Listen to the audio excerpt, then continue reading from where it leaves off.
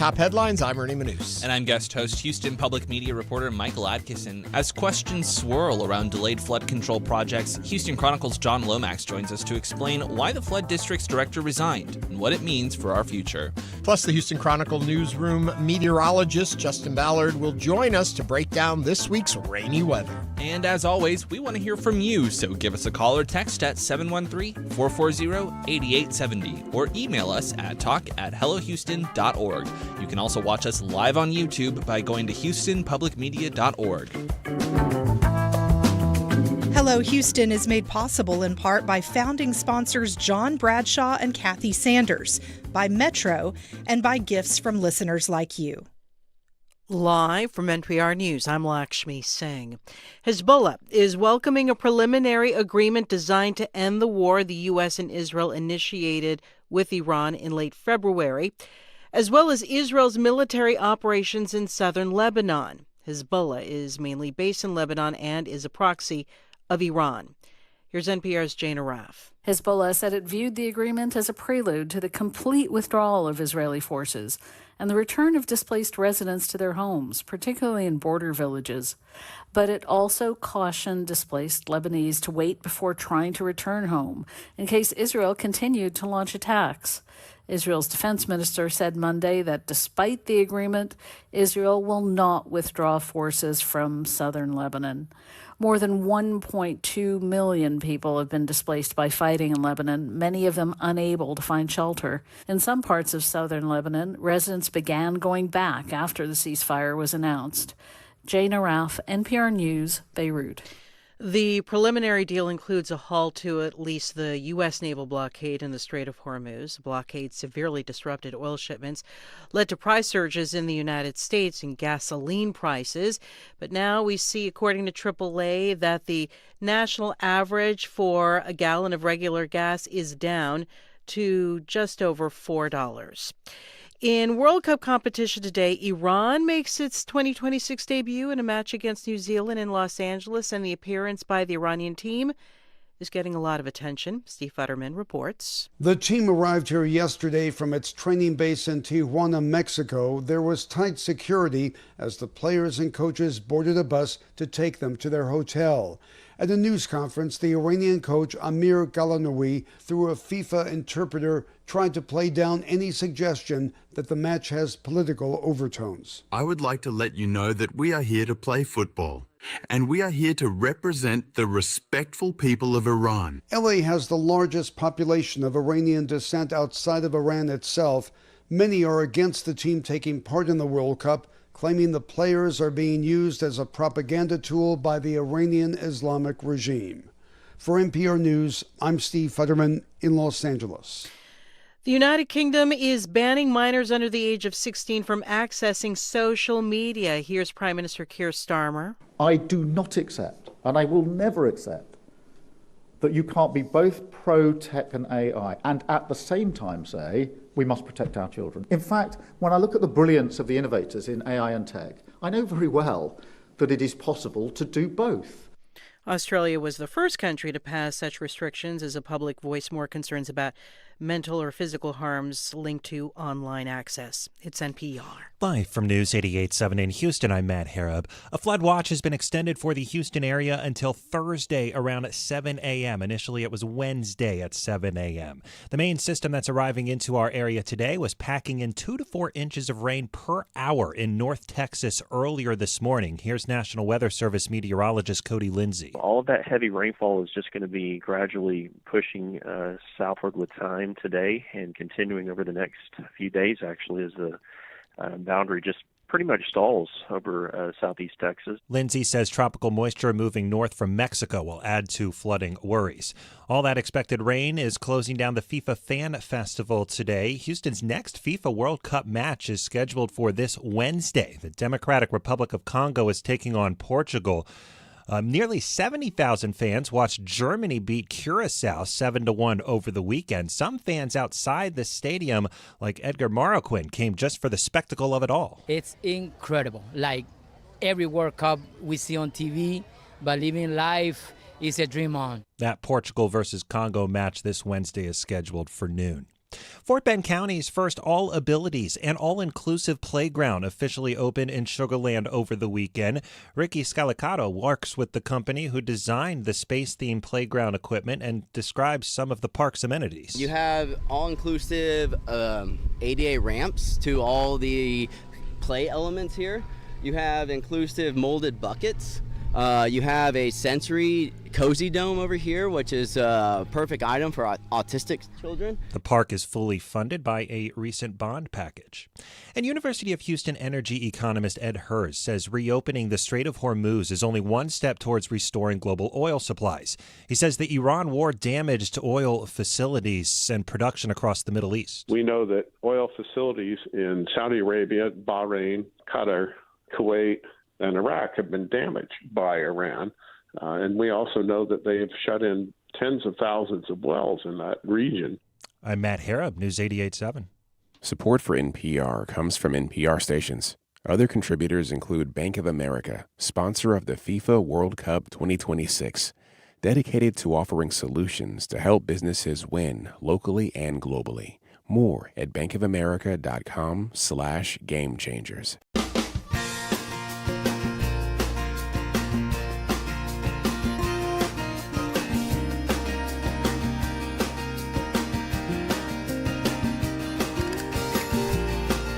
From Houston Public Media and News 88.7, it's Hello Houston, an open forum on today's biggest stories affecting Houston and beyond. Call now, 713-440-8870, or let us know your thoughts on today's topics by emailing us at talk@hellohouston.org. And now, Hello Houston. So hopefully. And we are with you today, and when I say we, it's not just Ernie Manouse, but also Michael Adkison, because it's Mondays with Michael. It's Mondays with Michael. It's good to have you here. It's good to be here. You know, it was a long, busy weekend here in Houston. It's nice to settle in on Hello Houston. Is. Yes. We got a little caught off guard right when the show started because we were looking at a news update, which we'll share with you in just a moment. But I want to let everyone know weather out there is pretty frightful. It's frightful. And we are going to be talking in just a little bit. Justin Ballard's going to be here with us, and he's going to be taking a much closer look at the weather. And if there's anything to keep you abreast of, it will pop in during the show. We'll have updates as it goes. So don't worry, we got you covered, and we're watching all that. Exactly. You know, it was a pretty wet weekend with the World Cup, fans getting drenched on. But no, we've got a lot of weather in store for the week. And we're going to get to World Cup in a minute, too. We are. But what got us caught up is we were talking, and Michael and I were joking around in here, as we often do, and somehow or other, Bonnie Tyler's name came up, and I mentioned as it happens when you're sitting next to Ernie Manouse, and I mentioned she was in a coma. And Michael was like, what are you talking about? I didn't know this. So to give you a little background, so a little over a month ago, and reports are kind of sketchy on exactly what happened. She was in the UK. She has a home down near Portugal. She had some kind of concern about, some said she had a bursted appendix. Others said it was some kind of intestinal problem. She flew to Portugal and was taken right from the airplane to the hospital. They had a rupture. She was very ill. There was a concern that there was some kind of poisoning because if there had been a rupture, and they put her into a medically induced coma. Then they tried to bring her out of the coma a little bit afterwards, and she had a heart attack. And so they put her back into the coma, and she has remained in the coma since. So I was telling Michael all this, so he goes to look the story up, and it turns out within the last few hours, she's come out of the coma. She's better now. She is out of the coma, and they say she's still in serious. I don't know if they used serious. She's still there's medical concerns still. I don't want to get any of it wrong in how I report this. Well, if I can, I'll interject really quickly and say that if you were watching the live stream, you could see that Ernie is not reading. He didn't read any of that background off of the website. He knew what happened to Bonnie Tyler, how she's doing, where she's going. Yes, the Daily Star in the UK reports Bonnie Tyler wakes up from coma after suffering cardiac arrest as updated issued. I don't know how come they worded it that way. But she is back among us. Bonnie Tyler has woken up from a medically induced coma. She reported having suffered a heart attack in Portugal. The singer's team said in an important update, Bonnie is no longer in a coma but remains is seriously ill. So we'll keep you up on that if you're following the latest in Bonnie Tyler news. But for those of you who are like, who is Bonnie Tyler? Well, she first came on our attention in the 70s with It's a Heartache. We're getting a whole biography. Then the epic ballad, Total Eclipse of the Heart. And then Holding Out for a Hero are probably her trifecta of hits. I only know the latter two. Those are the only two that I know. You don't know It's a Heartache? Mm-mm. It's a heartache. Oh, you don't need to sing it. No, I don't need to sing it. That's our chit chat for today. That was the big news, and I didn't expect it. So if you are a Bonnie Tyler fan and you are happy to hear this update and this news, we welcome you to join the conversation. But we are actually going to get into the true topic of the day. So let us begin with the news. Take it away. All right. So in case you missed it, the World Cup has kicked off, and Houston soccer fans didn't have to wait long before they began celebrating a great night for the U.S. team. 7 minutes into Friday night's match against Paraguay in Inglewood, California, hundreds of fans watching here in Houston at Rice University's Ion District cheered their heads off as the U.S. tallied its first goal of the 2026 FIFA World Cup. They scored twice in the three-goal first half, and then the U.S. opened its first home game in 32 years with its biggest win in the tournament ever, a dynamic 4-1 victory. 7 matches total will be played here in Houston. Yesterday, Germany beat Curacao in their first match for the FIFA World Cup 7-1. Not exactly a close match. This is the first match held right here at NRG Stadium, which is being called Houston Stadium for the FIFA World Cup. The FIFA Fan Festival was busy over the weekend. They reached capacity twice. Today, in fact, they are closed as a result of the weather. They have closed their doors out of an abundance of caution. Yesterday, they had to suspend services a couple of times because of this weather. So what are your thoughts about the first weekend of FIFA? Did you go? Did you hear about what's going on? Did you have any thoughts about transportation or getting around Houston? Or did you attend Fan Fest? We want to know your experiences. Give us a call or text 713-440-8870. You go ahead. Odd as it is, I watched both of those games you mentioned. There you go. I know. I feel like I'm Mr. World Cup now. Having watched it, I was like, wow, it's fun. And I think it was more fun when we saw the game from here because when you have 7-1, 7 goals seems to be a lot in a soccer match from what I can tell. When you talk about FanFest being closed because there were so many people that they blocked people coming in, I remember talking to you on the phone on Friday and you were there and you were like, yeah, I saw a few hundred people in line. It's busy. And I was like, hundreds? They can fit 7,000. Oh, that's kind of sad. And then by the time I got back to my news sources, I saw that they had reached capacity and had to stop letting people in. Yep. Were you inside when that happened? Oh, that's a good question. I think I was. Because I'm curious what happens outside when inside reaches capacity. Do they just spill out and have the party on the street? You can stay in line. You can stay there, but Fan Festival is right in the heart of Edo. You can just walk on over to Little Woodrow's. You can walk to Pitch 25. So you can go exactly. So you can go somewhere else and hang out, or you can wait in line and people will surely leave at some point, and you can take their spot.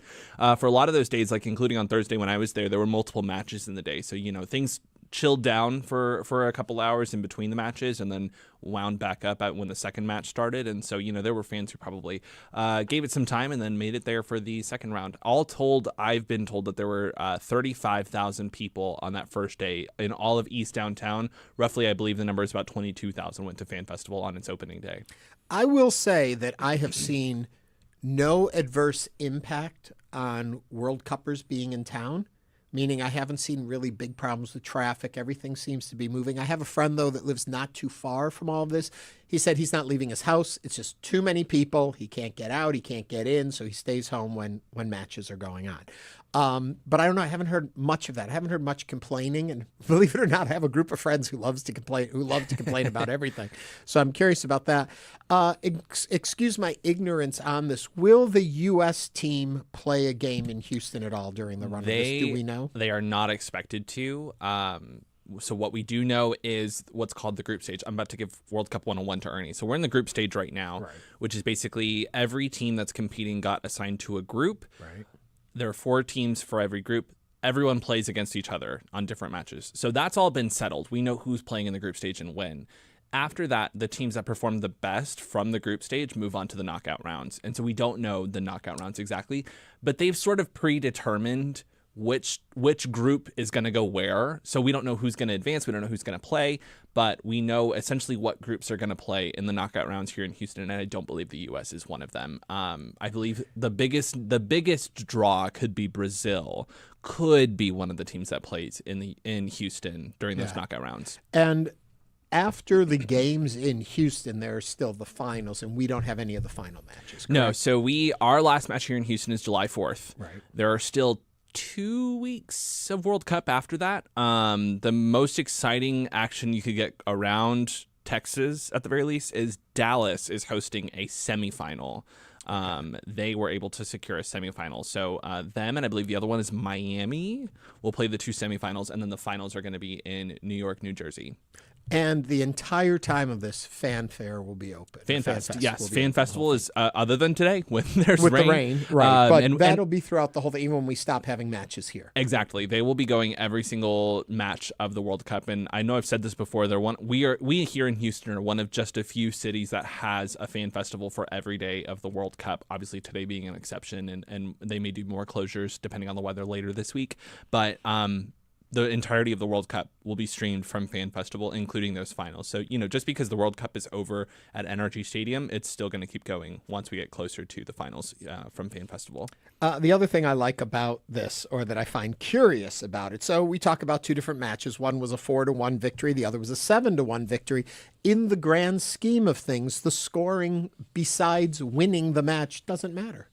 What do you mean? So if you win your match, you get 3 points. Yes. If you tie your match, you get 1 point. Yes. And okay, if you don't, you get 0 points. I was like, yes, of course scoring matters. You're saying the number of goals that you get. Right. No, you could Which get I think is really fascinating about that. So you could have a team that does really a massive win in one game, but loses their other games, and so they're not going to advance because it doesn't matter how much you win by. Right. It just matters that you win. And I'll bring up a point. We talk about the 7-1 match. That's the match that was yesterday here in Houston between Germany and Curacao. Just to talk a little bit about Curacao, they are the smallest country ever to compete in the World Cup. It's a Guinness World Record. They are the smallest country, both by land and by population, to ever compete. So their population is about 157,000.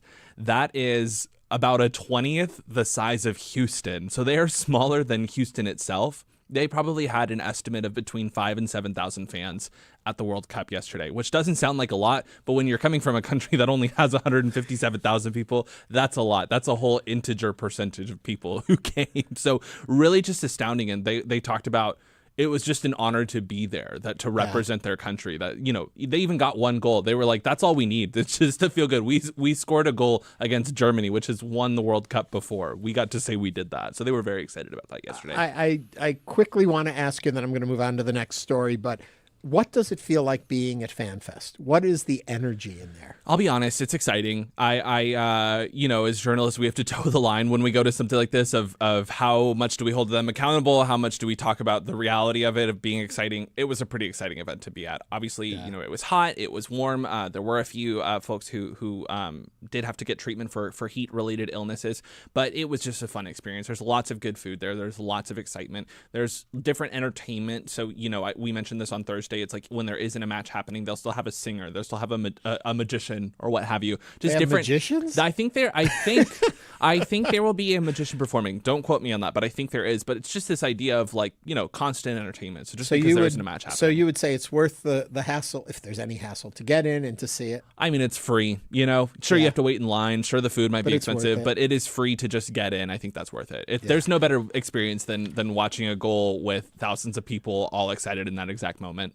Well, if you are interested, if you are curious, if you have gone or have an experience with World Cup and you want to share it with us, give us a call now, 713-440-8870. Talking about a lot going on in town, we had something else going on in town this weekend. We did. Yes, we had the Republicans here for their convention. The Texas State Republicans had a convention here in town. Lieutenant Governor Dan Patrick used the Texas Republican Convention in Houston to sharply criticize Democratic Senate nominee James Tallarico, accusing him of misrepresenting biblical teachings and saying his views amounted to blasphemy and that he was going to hell. Patrick urged Republicans to unite ahead of November's election. Tallarico fired back, accusing Patrick of using religion to advance political power and saying his own message is rooted in compassion and service. Quote, "For decades, Dan Patrick has sold out the poor, the sick, and the vulnerable to enrich his donors," Tallarico said. "Love feels like blasphemy when you worship power." The exchange highlights the growing role of faith and culture issues in what is expected to be one of Texas's highest profile races this fall. What are your thoughts on Dan Patrick's speech and using religion as a rally cry and a rallying cry, I should say? And do you agree with this strategy, or will it backfire? 713-440-8870. Thoughts? We've talked a lot about before about the role that religion is playing in this race from both sides. I think it's very interesting. You know, both sides are essentially accusing the other of blasphemy, of taking the Christian gospel and using it for personal gain, notoriety, what have you. And so it's so interesting when you have both sides essentially accusing the other of the same thing, but for completely opposite purposes. And I think that's the word that immediately came to mind was refreshing, and that's not the word I want to use here. It's such a unique race that we've covered Democrat versus Republican so many times, but I think the role that religion is playing in this race from both parties is so what makes this race exceptional and really interesting to watch, from my perspective at least. Well, it's funny. You would think that these comments, that this fighting between the candidates, or at least the parties, would have gotten all the attention for this Republican gathering in Texas and Houston. But actually something else got a lot of attention. It was a giant elephant. Do you want to talk about what got everybody talking about this gathering? Well, let me say, when we were talking about what was going to be on the show today, I said to Ernie, "Did you see the elephant?" And Ernie's like, "What elephant?" And when I pulled up the video, you were like, "Oh, I saw this. I thought the circus was in town." Yeah, because the elephant had the big feather plumes on top and was marched through the convention center, but I missed the pivotal moment. Yes. So anyway, a long story short, the Republicans, I believe it was the Governor Greg Abbott campaign, brought in a live elephant to the GOP convention. And that's the symbol of their party. Yes. And it walked through, and right as it reached the press box where all the reporters were, the elephant relieved itself just right on the convention floor. And there were lots of videos of it going around. And the Democrats hooked onto that and have been sharing that video. The official Democrats campaign on Twitter posted a picture of just the moment, shall we say, with the the tarp that the elephant had on it with the Governor Abbott campaign logo on it, and just said, I think they said "enough said" is what the caption was. So just one of those moments that's hard to even capture in reality, that this just happened, that both parties. And there is so much that goes around that's AI generated and fake footage, and this was legit. You couldn't have made this one up. I mean, you could have, but nobody did. Anyway, your thoughts on the infighting, the using religion as a battling ground. Not the first time we've ever heard that, but it's very interesting. Who's battling who, especially when you have one of the candidates is a seminarian. So be interesting to see how that works. Love to know your thoughts on it. 713-440-8870. We've had a bunch of response to our chit-chat about FIFA, and let's grab a phone call, 713-440-8870. It's Robin from Spring. Robin, what's on your mind? Hi. So I'm a FIFA volunteer at the airport, and I was actually there when the Democratic Republic of Congo came in. Oh, wow. And also the Curaçao fans, when they were coming in, it was a party. They had a guy there, looked like a TikTok or a YouTube star, and he had his music, and they were dancing. And they were super pumped. They had a whole huge group that came in together. And then after that, we got to see the Congo, and we got to actually serenade them. You guys probably saw it on KHOU, the TV clips and stuff. That was super fun to see them come in. They were decked out. They were dressed to the nines, absolutely. And they had their leopard print things, and it was so cool. I thought it was a great boost for them because they've had a hard time getting here to the World Cup with all the Ebola stuff and all that stuff going on, and having to quarantine and be isolated from everybody. So we were really excited that we got to bring them into Houston in a really big way. And then my husband and I went to the game yesterday. Oh, so fun. we got to see. Yeah, it was so good. He's Brazilian, so we're all about the soccer. Robin, quickly, So it I'm was- just curious. You volunteer. How long a process was it for you to be approved? When did you first decide you were going to volunteer? How did that come to be? Okay, so I'm on the list apparently in some database because I volunteered a bunch for the Houston Marathon. Gotcha. And I got an email last summer asking me if I was interested in volunteering. I said, heck yeah. So then it was about a 6-month process because it was several months later that they called everybody for interviews.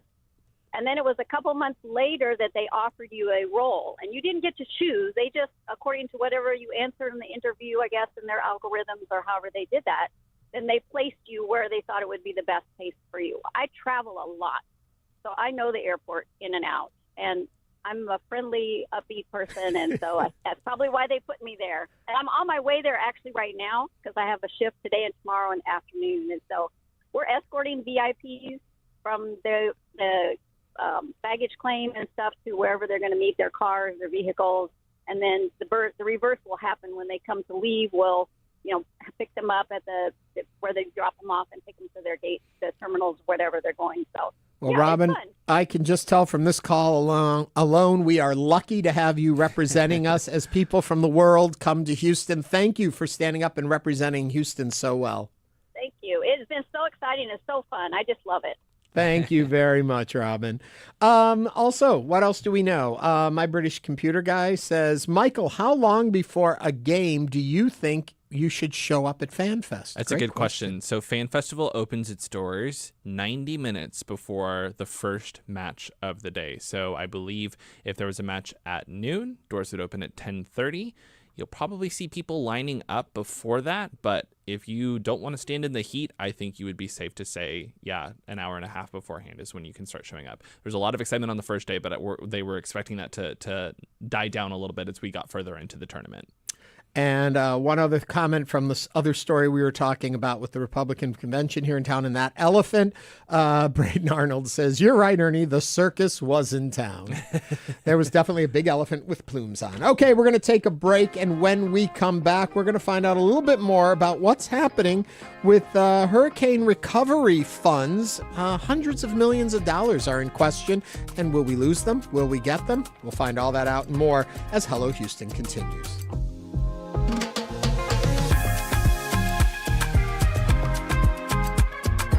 Meet Dio Choco. We just took his keys for the day and gave him a Ride Metro fare card. This is his story. Visit ridemetro.org/Choco to find out where is Choco. Everything is gone. And people who lost loved ones. I find myself just shaking my head saying, I can't believe I find myself here. You can hear their stories on the podcast After the Flood from the Texas Newsroom and PBS's Frontline on June 24th. More to watch, more to discover, more to learn.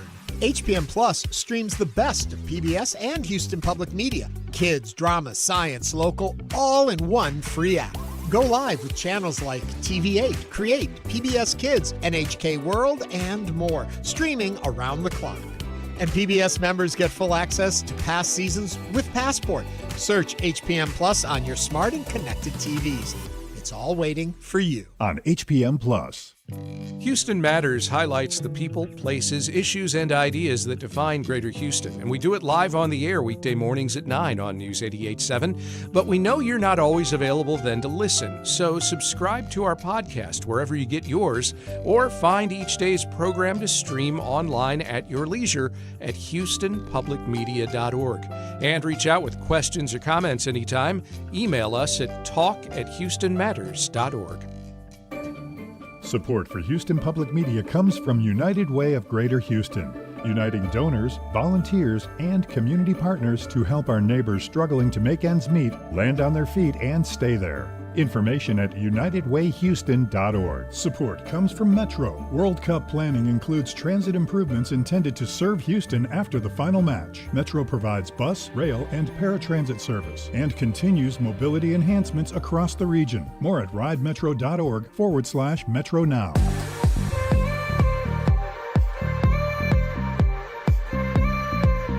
And now back to Hello Houston. To comment on today's topics, call or text 713-440-8870 or email us at talk@hellohouston.org.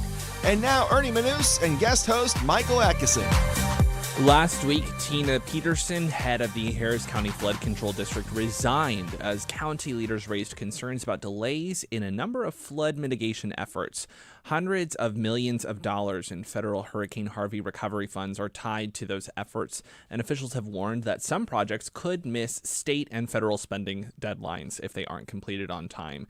To help us understand what led to Peterson's resignation and where these flood control district projects stand, we're joined by John Lomax V, a Harris County reporter for the Houston Chronicle. John, welcome to Hello Houston. Hey guys, thanks for having me.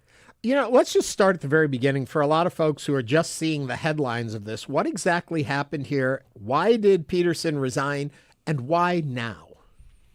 Mm-hmm. Yeah, I mean, it's a complicated thing. It goes all the way back to Hurricane Harvey. Basically, what happens is the federal government, after pretty much every disaster, will release money through HUD for disaster recovery. And this is different from like FEMA and stuff like that, because FEMA is more disaster response. And so this is sort of like the long-term recovery of an area. So we're talking about major infrastructure projects, housing replacement, that type of stuff. And so that money came in through HUD. And then the way it works in Texas is it goes from HUD to an office called the General Land Office, which then distributes it to counties and cities throughout the state.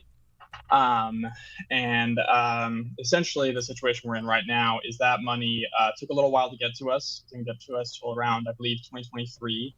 And now we have about, and there's a lot of moving pieces here. It's kind of, it's hard to put a single number on it, but, at the earliest, we have about less than a year to spend, somewhere in the ballpark of $400 million.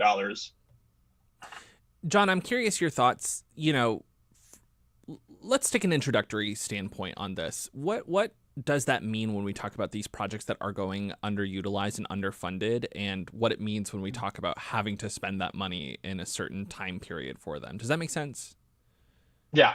So, I mean, the federal government, when they give out grant money, it's, the same across a lot of agencies. Really, all they're able to do is, watch how you're spending it, and make sure that, you are actually, because it might sound easy to spend $200 million, but when you have to follow a bunch of, federal regulations, state regulations and stuff like that, it can be very, very time consuming. And, this money is use it or lose it. So, essentially you just have, originally when this money came through, I think it was like a 10-year deadline we were looking at, but, through hook or by crook, we've kind of whittled that time away. And now we're looking at a tough situation where we're really hoping for an extension on these projects, because if we don't get one, then we could be looking at leaving quite a bit of money on the table that would just be returned to the federal government. And in the worst case scenario, they would, come back and actually retake money that they've already given us if they decide that the projects that we use it for aren't substantially complete. Because the way they sort of evaluate the performance of these, in addition to watching how much you're spending, they want to see something built. They don't really want to see ideas. Are we looking at Peterson as though it was a dereliction of duty, that she didn't do what she was supposed to do, and therefore that's why we're in the situation we're in? Have those allegations been made? Or is it the fact that the red tape and the bureaucracy that it takes to spend this amount of money in that amount of time is what's at fault here? Do we know what comes first?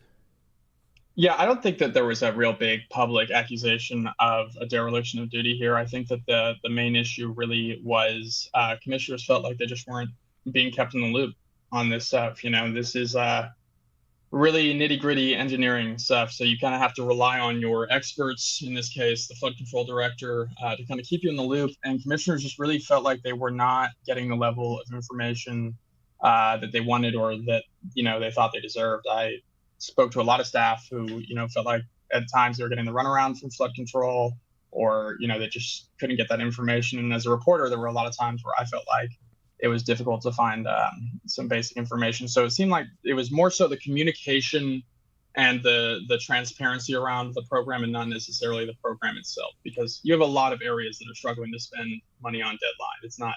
It's not just us. But do you know, was it a push to have her resign, or was it she decided she wanted to resign? What do we know happened in this meeting that led to it ending with a resignation?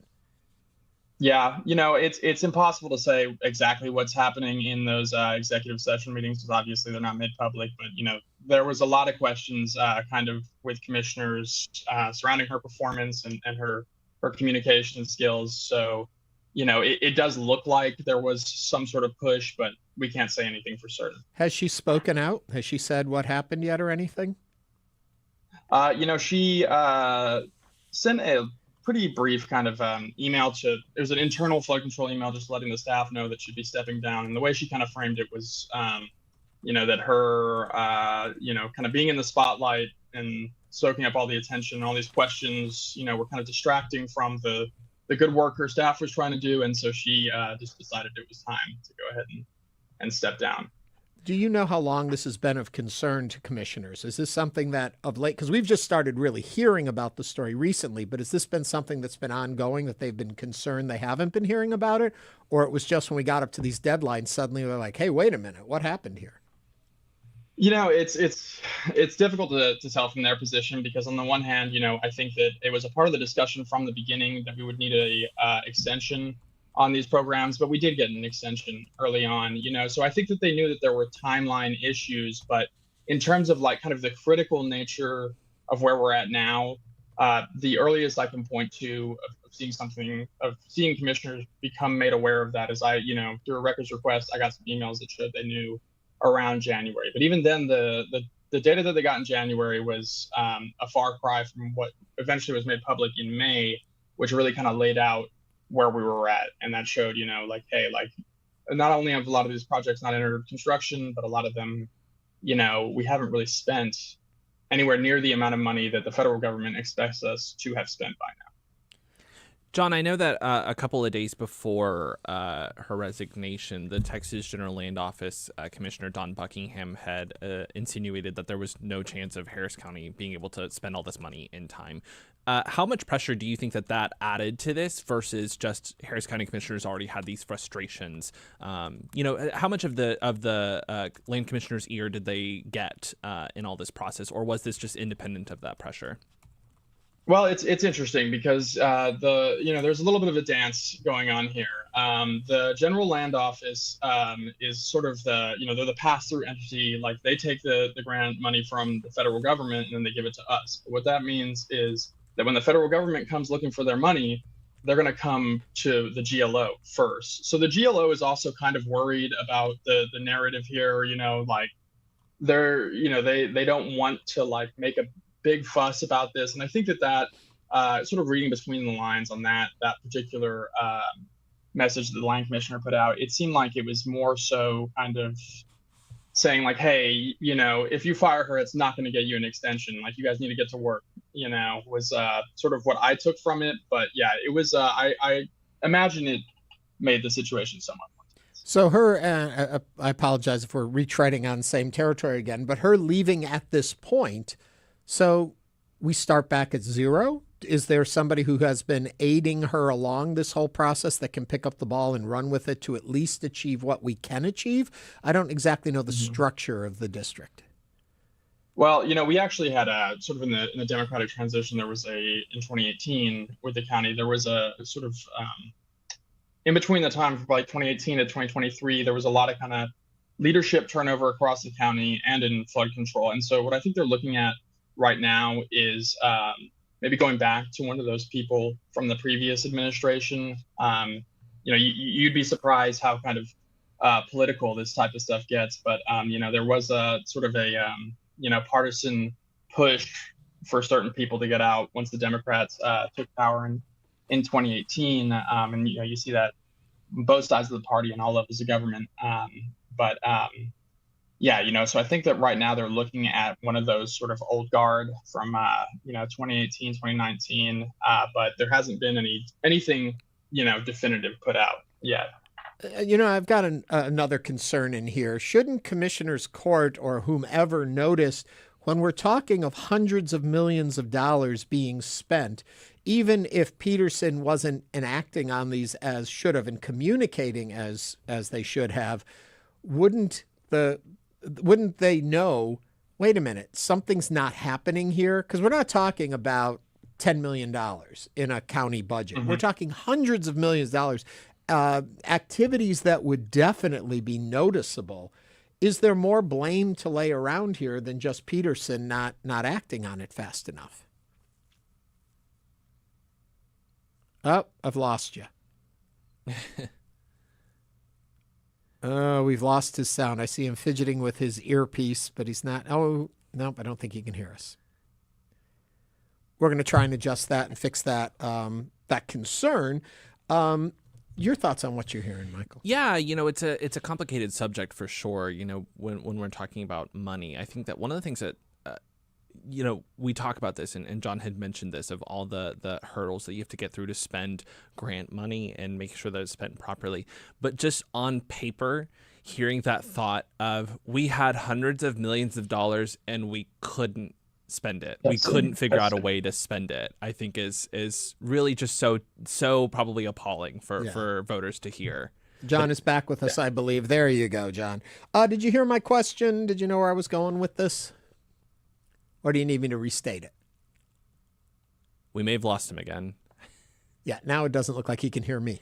I can hear y'all now. All right, Sorry all right. No, you're good. My question being, with that amount of money, is there more blame to lay around that maybe the Commissioner's Court didn't notice that it wasn't being spent? Or was there some shell game at play here where they were under the assumption it was happening when it wasn't? Because it seems like an awful lot of money to be laying on the back of one person and saying, oh, we didn't even notice that they hadn't spent hundreds of millions of dollars. Yeah, and I think that's going to be really up to residents and voters looking at this situation on who they want to blame, because there's arguments on both sides. You're right. This is a lot of money. It's very important to the area. I mean, there's very few events that have happened in recent history that would eclipse the significance of Hurricane Harvey.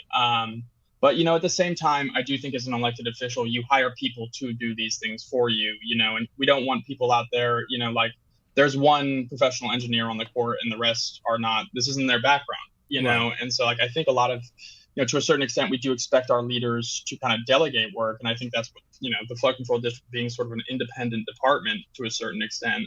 I think that's kind of what they had in mind, now. For how long they can just have blind trust in somebody and not really kind of start raising the alarm. I think that's going to be up to the people watching and voters on how they feel. Losing this money, how do you foresee it impacting our area in the near future? If we get hit by a hurricane or really bad flooding, where will we see the loss of this money having hurt our community? It's hard to say. There's, a lot of impactful projects on there, and they're pretty well spread out throughout the county. And I think that if we were to see HUD move towards some form of recapture or something like that, it wouldn't be a total loss. I would be very shocked to see the federal government come back and say we need all $800 million back, because usually my understanding of it is it'll be sort of like a project by project thing, and that's sort of gets into the solution that they've recently proposed, where they'll basically take, half of portions of the projects that won't meet one deadline and then moving them onto the next. So there's sort of some wiggle room here, but as far as we understand that the deadlines are firm. It's just sort of like which deadlines you want to kind of hold yourself to, and, how you're going to spend the money in each bucket. It's going to really be the question here. The most recent deadline was what? When does it first come up that this is concerning? So the earliest deadline we have is the state deadline for the disaster recovery funds. It is February 2027. So, yeah, so under we still a year have a little from time now. for them to finagle and politic on this. Mm-hmm. Yeah, so the state also has like a buffer. So the federal government, I think that their deadline on this is 2028 sometime. But, it's a huge grant program, and the state wants time to cross their I's, dot their T's and everything like that. And they've said that they need about a year. Now, I understand there might be some room in there to get a little bit of an extension from the state. But the 2028 deadline is hard on that stuff. So we don't make that, we lose the money. One last question, John, is have you heard anything from people actually within the flood control district about their thoughts on how this is all unfolded? Did they agree with her resignation, say that it was the right move? What have you heard? It's like a lot of people, obviously don't want to speak on the record about this type of stuff, but there was some grumbling, and it's always kind of hard to tell. Grumbling about the resignation, or grumbling about the need for the resignation? About her leadership and stuff like that. There were some kind of concerns again about transparency, and then I would say just kind of a general, the word I kept hearing was distrust. Like there's a lot of distrust in the flood control district, towards it and within it. And that was kind of at the core of a lot of the problems, because there was elements of the management team that didn't trust, anybody to do work for them. And so they would have to micromanage, and then, and so on and so forth. And so, there was definitely an element of kind of, a dissatisfaction, but there was also definitely people who she had her supporters as well, but it's kind of difficult to sort of pierce through the noise here and see what the real core of the problem is. As we wrap up, I do have one quick question, and please give me a quick answer if you can on this. We had a Chef Rob online said, I wonder where the money is parked. That's a lot of interest accumulating. Where is the $800 million? Well, so it's actually going to be in, I believe, it's going to be in HUD's bank account, is my understanding. So the way it works is we will spend money on projects, and then we'll turn around and we'll say, hey, state government, can we please reimburse these funds? So we don't actually have it. We just get it back on the other end. John Lomax is the Harris County reporter for the Houston Chronicle. John, thank you for joining us today. Yeah, thanks for having me, guys. Thank you. Coming up, we're going to find out about this weather out there. All right. All right. Should you be building an ark, or should you wait? We'll find out as Hello Houston continues.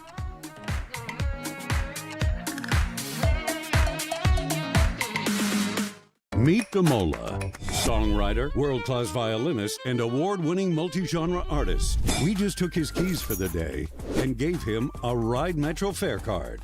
Visit ridemetro.org/Damola to learn more about his ride. Along with internationally inspired food and drink offerings. Powerhouse nations Spain, Belgium, and Uruguay are in action in the World Cup today. I'm Juan Diego Garcia. Spain, one of the tournament's consensus favorites, kick off their chase for a second World Cup title against Cape Verde in Atlanta. It's Cape Verde's first ever World Cup appearance, and they'll be hoping for a better debut than Curaçao managed on Sunday. Coach Did Advocat, the oldest manager in the tournament, was seen in tears before kickoff against Germany. His side made it memorable early, scoring their first ever World Cup goal to tie it 1-1 before the Germans pulled away for a 7-1 final. Elsewhere Sunday, the Netherlands and Japan traded blows in Dallas, with Japan scoring late to earn a draw, extending the Dutch's 10-match unbeaten streak in World Cup openers. Ivory Coast squeaked past Ecuador 1-0 on a late goal in Philadelphia, and Sweden announced themselves to the tournament in a big way, dismantling Tunisia 5-1 in Monterrey. Back to today.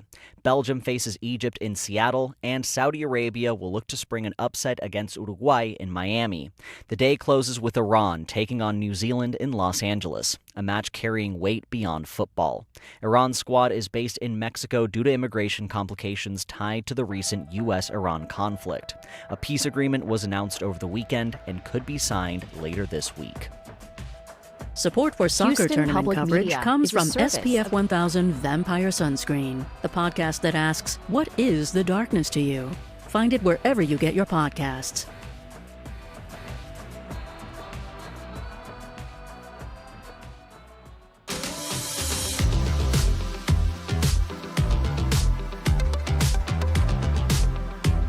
And now back to Hello Houston. To comment on today's topics, call or text 713-440-8870 or email us at talk@hellohouston.org. And now Ernie Manouse and guest host Michael Adkison. A flood watch is in effect across the Houston area and most of southeast Texas through Wednesday, as a weather disturbance over northeastern Mexico continues to produce disorganized showers and thunderstorm activity. hate it when they're disorganized. Regardless of how this develops over the week, heavy rainfall and flash flooding are possibilities across portions of southeast Texas. To give us the latest information and an idea of what we can expect, we are joined by Justin Ballard, the newsroom meteorologist for the Houston Chronicle. Justin, welcome back to Hello Houston.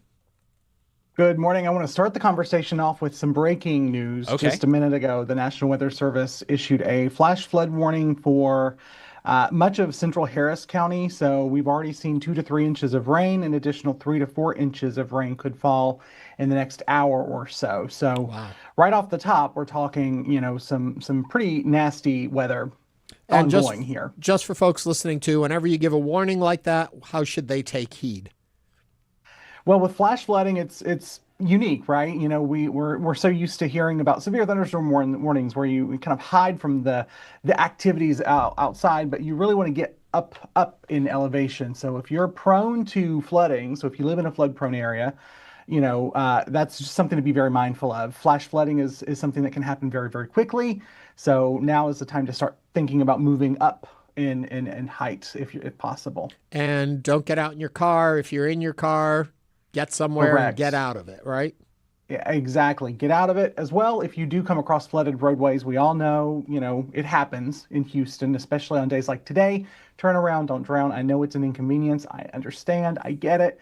But it's really and truly something that you just absolutely have to do. Plus, you don't want to have to deal with the expensive fix to get your car repaired afterwards, And right? drowning is a more inconvenient thing than turning Yes. around and waiting a little bit. Yes, Exactly. From what we know about where we have been this season already, how quickly can we expect the ground to absorb this kind of flash flooding and this rainfall? Not very quickly. Listen, we are in a surplus, right? So we went through the first half of spring, well below average, and then we've certainly made up for lost time. So late spring so far into June. Here we are in the month of June, mid-June, and we're very saturated. So it's not going to take a lot of rain, and it's certainly not going to take a lot of heavy rain like what we've got in the forecast for this week before we start seeing problems. I'm sure on the roadways, we're already seeing problems. I was seeing just a few minutes ago the rain coming in sideways here at the Houston Chronicle office. So certainly not wanting to be on the roads. If you have to be, just take it easy, take it slow, and be prepared for those flooding issues. That is us in the moment, but what are you looking at for the next few days?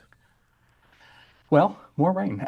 So the flood watch that was initially issued yesterday was set to expire on Wednesday morning, 7 a.m. It's already been preemptively extended until Thursday morning at 7 a.m. So that flood watch covers most of this week. We're going to see multiple rounds of heavy rain and thunderstorms. Not only that, but we're also keeping, as we were talking about before I joined the live stream here, the potential for a tropical disturbance in the Western Gulf. Now, whether or not it develops into Arthur, which would be our first named storm of the season, it's going to bring us some very heavy rain. So this week's rainfall kind of personality, if you will, comes in kind of two waves. The first half of the week through Wednesday is going to be focused on, of course, that deep tropical moisture coming in and kind of meeting or colliding with a stationary front. That's what's happening today. That's what's going to happen tomorrow and likely on Wednesday. By Thursday, Friday, I think the personality will start to change a little bit as those really, truly tropical downpours start to move in as that disturbance kind of skirts along the western Gulf Coast. Always curious about what happening right now can tell us about what's going to happen. And I'm curious, seeing this kind of rainfall at this point in the year and what you're seeing develop. We've heard a lot about saying it's going to be a light storm season for us. Does this change our thoughts? I certainly think it does. So just if you're not in the know, late last week, El Nino officially was kind of coined. So we officially have El Nino in full effect here over the eastern and central Pacific. Now, how does that affect our weather in Texas? Well, it does affect it in many ways, but the most notable way is during hurricane season, it tends to reduce the overall number of tropical storms and hurricanes. That doesn't mean no tropical storms and hurricanes. I want to make that clear. We certainly can see, especially early season activity before El Nino really kicks into high gear. But all in all, later this season, we're talking August, September, when Texas is most at risk for not just hurricanes, but powerful hurricanes. Think Harvey, think Ike, things like that. It does tend to cut down on the likelihood that we'll see something, of that equivalent this season at least. Yeah. It's kind of concerning, but it's good that we can predict these things. We're in a better place than we used to be. We are going to be getting a weather update in just a moment right here from our own services. So while we're chatting, we may have to just pause for a second there so we can get it from our services as well. Are you expecting that by the weekend it may dry up and be sunny and nice again, or is this going to linger? I do think by the time we head into, especially the latter half of the weekend, those downpours should start to cut off. Now, of course, in June in Houston, when those downpours stop, we know what happens. It gets hot again, and that could be the pattern as we get into next week. Temperatures back into the low and mid 90s. So I know this week does come with the potential for some pretty significant flooding, but, at least it's not super duper hot this week. It's very humid, though. So, kind of something to keep in mind, double-edged sword there, right? Justin, it sounds like we may be about to get into that pause. We're going to stick around and ask you a little bit more about what we can expect for the week ahead coming up in just 1 second. Stay with us.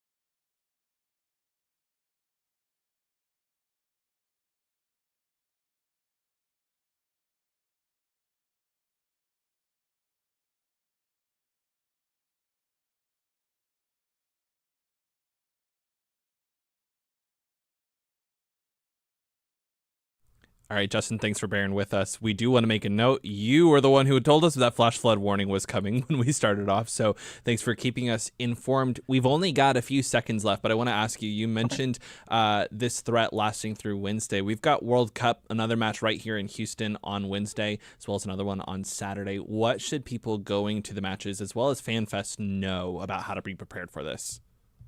Well, we know they're going to be happening at Houston Arena, and it's indoors, so I don't think there's going to be any problems. But if you're tailgating, if you're going to FanFest, and FanFest today already canceled because of weather, so I would not be surprised to see more FanFest events later this week, especially Wednesday getting canceled as well. So just something to be mindful of, and definitely, you may have to alter your plans to kind of work around Mother Nature this week. Justin Ballard is the newsroom meteorologist for the Houston Chronicle. As always, Justin, thank you for joining us.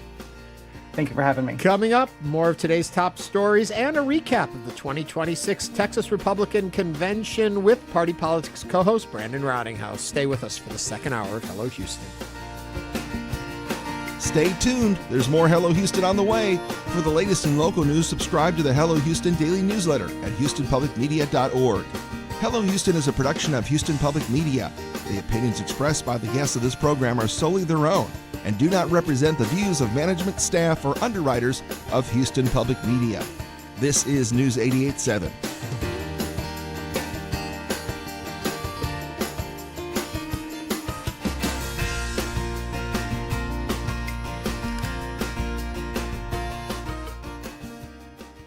Support comes from Theater Under the Stars, with a 2026-27 season of Broadway musicals, including The Music Man, Mrs. Doubtfire, and Disney's The Little Mermaid. Information about season ticket packages available at tuts.org. We have rain.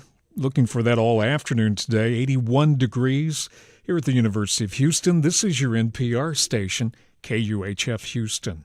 News 88.7, a service of the University of Houston. It's 12 o'clock.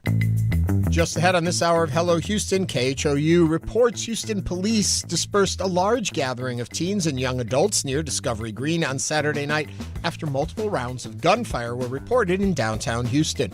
We'll discuss this and more as we continue diving into the top headlines of the day.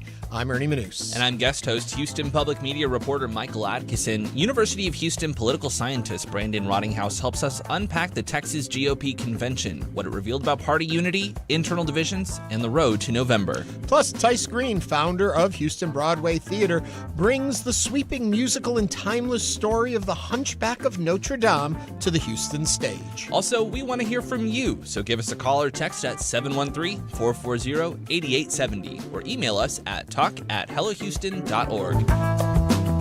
Hello Houston is made possible in part by founding sponsors John Bradshaw and Kathy Sanders, by Metro, and by gifts from listeners like you. Live from NPR News, I'm Lakshmi Singh. President Trump arrives at the G7 summit in France, buoyed by a new preliminary U.S. deal with Iran. After meeting with his host, French President Emmanuel Macron, Trump said the deal set to be signed this week would extend a ceasefire by 60 days in the war and reopen the Strait of Hormuz. The strait is already partially opened. As you know, they're doing a little hunting for a couple of mines that they've already found. But it's essentially ships are starting to go out now. On Friday, it'll be completely opened.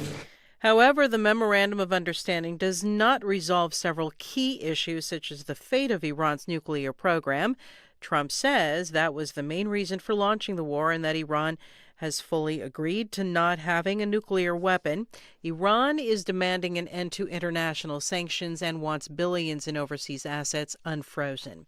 Qatar and Pakistan helped mediate the agreement. NPR's Dia Hadid reports Pakistan's prime minister says his country will facilitate meetings in the run-up to a signing ceremony in Switzerland Friday. The Pakistani Prime Minister Shehbaz Sharif said in a post on X that mediators would facilitate meetings this week. He described them as pre-implementation discussions that are expected to lay foundations for technical talks.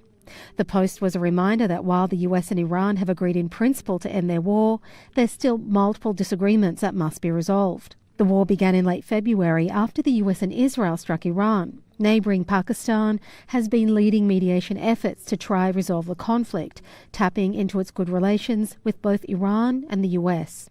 Dia Hadid, NPR News, Mumbai. Well, with the announcement of an initial agreement, Brent crude prices are down nearly 4%. AAA, which have been watching prices surge since the disruptions in the Strait of Hormuz, now reports national average for a gallon of regular gas is just over $4. A media giant is making major moves to reach more people on streaming. The Fox Corporation is buying Roku in a multi-billion-dollar deal. NPR's Kristen Wright has more. Fox's CEO calls it a defining moment for the company. It proposes to buy Roku in a cash and stock deal valued at around $22 billion. The acquisition would bring together Fox's news, sports, and entertainment content with a major streaming platform with a vast audience. Fox would have access to Roku's 100 million households globally and the chance for more advertising dollars in the race to gain streaming audiences. It's a shift from Fox's reliance on traditional cable TV. Fox says its streaming service Tubi will operate separately alongside the Roku channel. The deal could close in the first half of next year. It still needs shareholder and regulatory approvals. Kristen Wright, NPR News. This is NPR. Live from News 88.7 in Houston, I'm Gail DeLauder. People in Houston are asked to be weather aware as multiple systems are moving into southeast Texas. National Weather Service meteorologist Cody Lindsay says a storm system is coming in from the north while tropical moisture is moving up from Mexico. Could see rainfall rates in excess of 2 inches per hour, which could really those torrential downpours could really result in some urban flooding or flooding of low-lying areas. So that's why we had the flash flood watch in effect. Lindsay says showers and thunderstorms will increase throughout the day, with tomorrow seeing the heaviest weather. International soccer fans continue to stream into Houston ahead of 6 more World Cup matches. The next match is Wednesday when the Democratic Republic of Congo plays Portugal. Gio Gonzalez came in from Mexico City to watch Portugal play. It's our first time in a World Cup. It was like a dream, and now we are like best friends doing this dream together. Gonzalez says he's also traveling to Miami for a game. Voters have now decided the final 2 members for Galveston City Council after this weekend's runoff. Incumbent Sharon Lewis will continue as a District 1 council member. Michael Niebuhr will take over in District 5. Niebuhr says one thing he wants to do is learn more about the controversial Discovery Sands residential development. I think this is an opportunity to say we have almost a very new council, and we're ready to say Galveston is open for business, but it's got to be business that benefits us first and foremost. There's a hearing on the proposed development at City Council's June 25th meeting. There's baseball at Dyken Park tonight as the Astros host the Detroit Tigers, and first pitch is just after 7. 80% chance of rain this afternoon. High should be around 84 degrees. 60% chance of rain for this evening with a low near 76. I'm Gail DeLauder, News 88.7. Support for NPR comes from NPR stations. Other contributors include Progressive Insurance with Snapshot, which monitors safe driving habits to determine a personalized rate at Progressive.com. Not available in California or from all agents. This is NPR.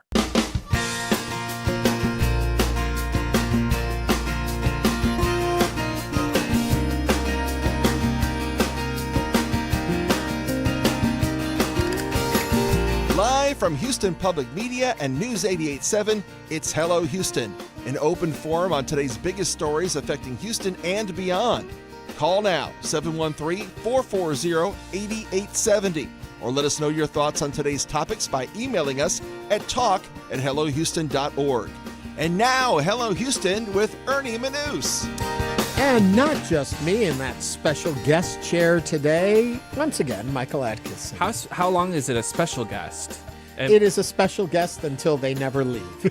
There you go. Then they're the new host. Then they're the new host. The new guest host. The permanent guest host.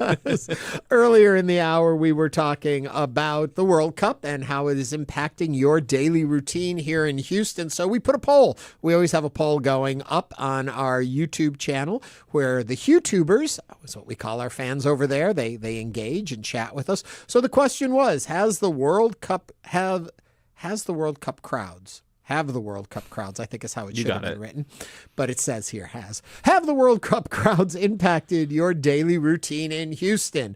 Not really. I'm enjoying the energy. Yes, businesses are busier. Yes, traffic is worse. What did people pick? Well, no, not really. 60%. They kind of fall in line with me.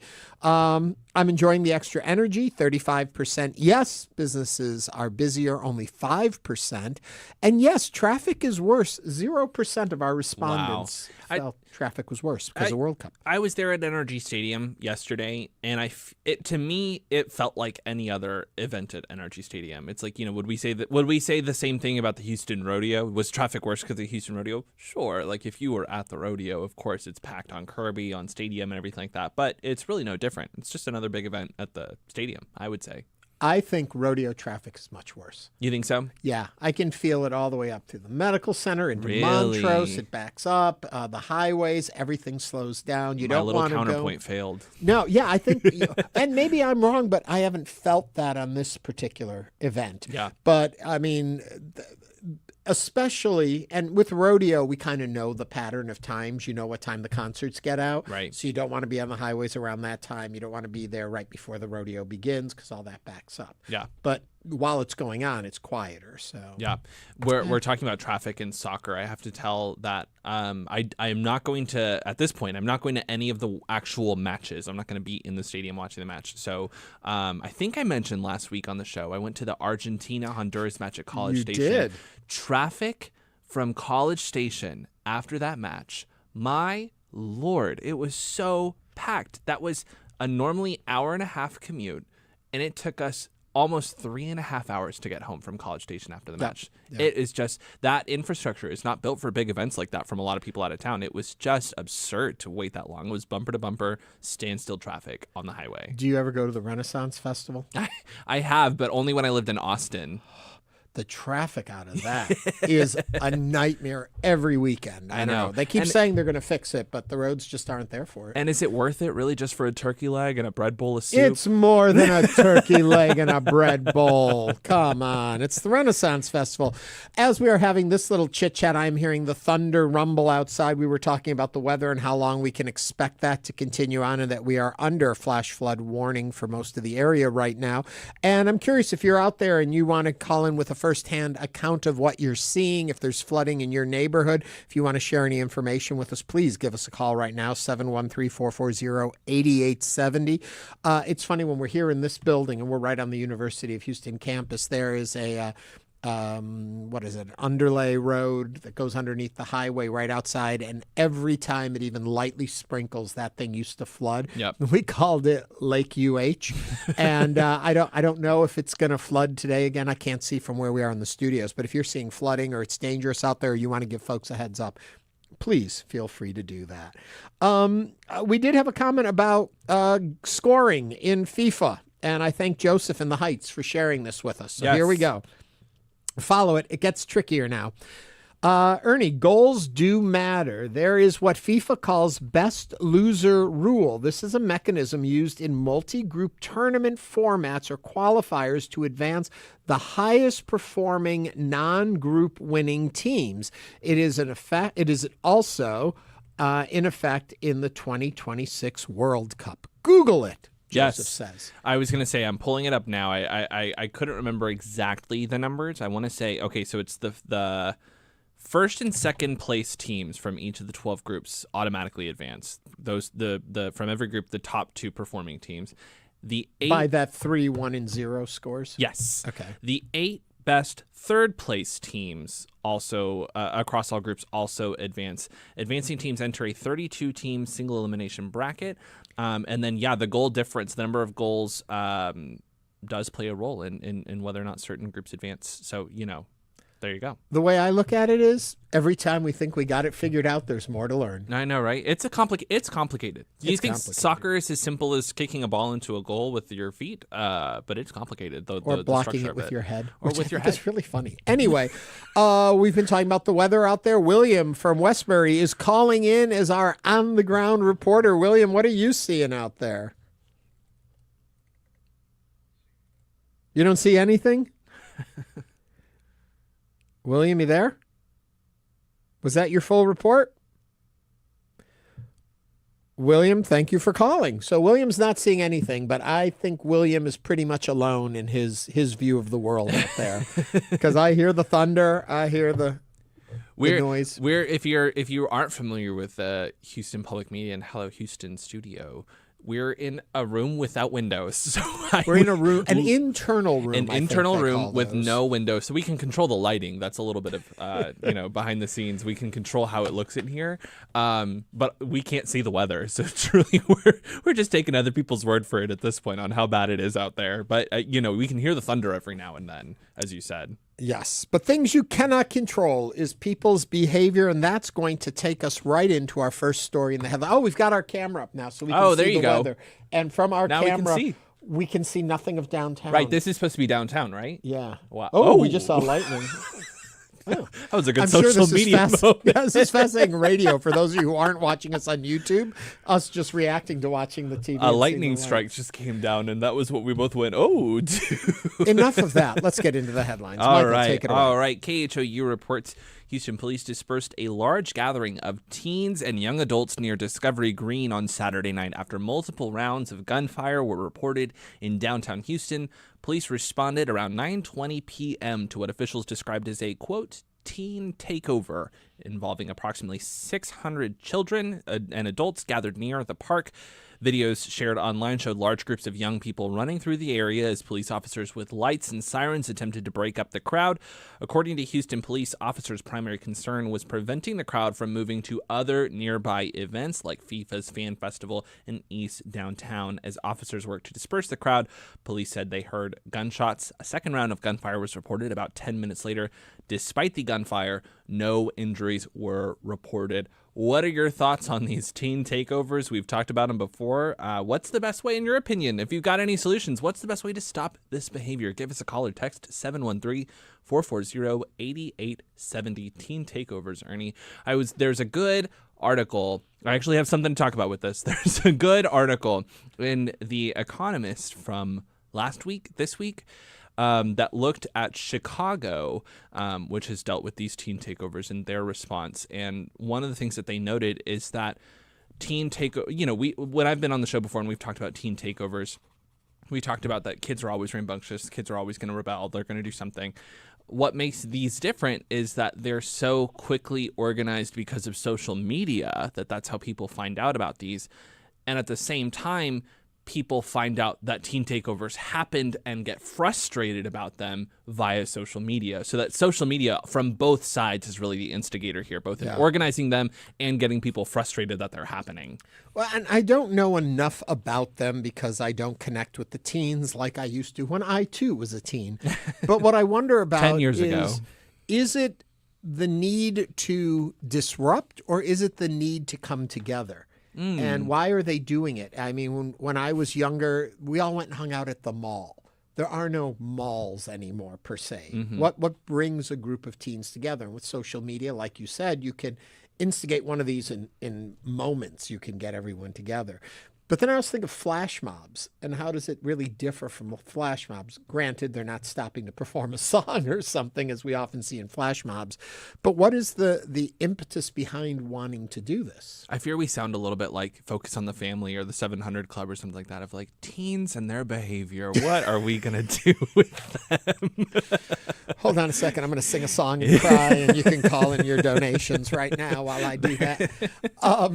But what is the motivation behind these? Right. There's a really good book. We were talking about books before we went on the air. There's a really good book. I probably talked about it before, called The Anxious Generation by Jonathan Haidt. It's sort of an analysis of the state of youth today, shall we say, from a sociologist's perspective. And he talks about how we have both under-regulated the internet, where kids can look up God knows what online with no restrictions, social media that does, damaging effects to self-esteem.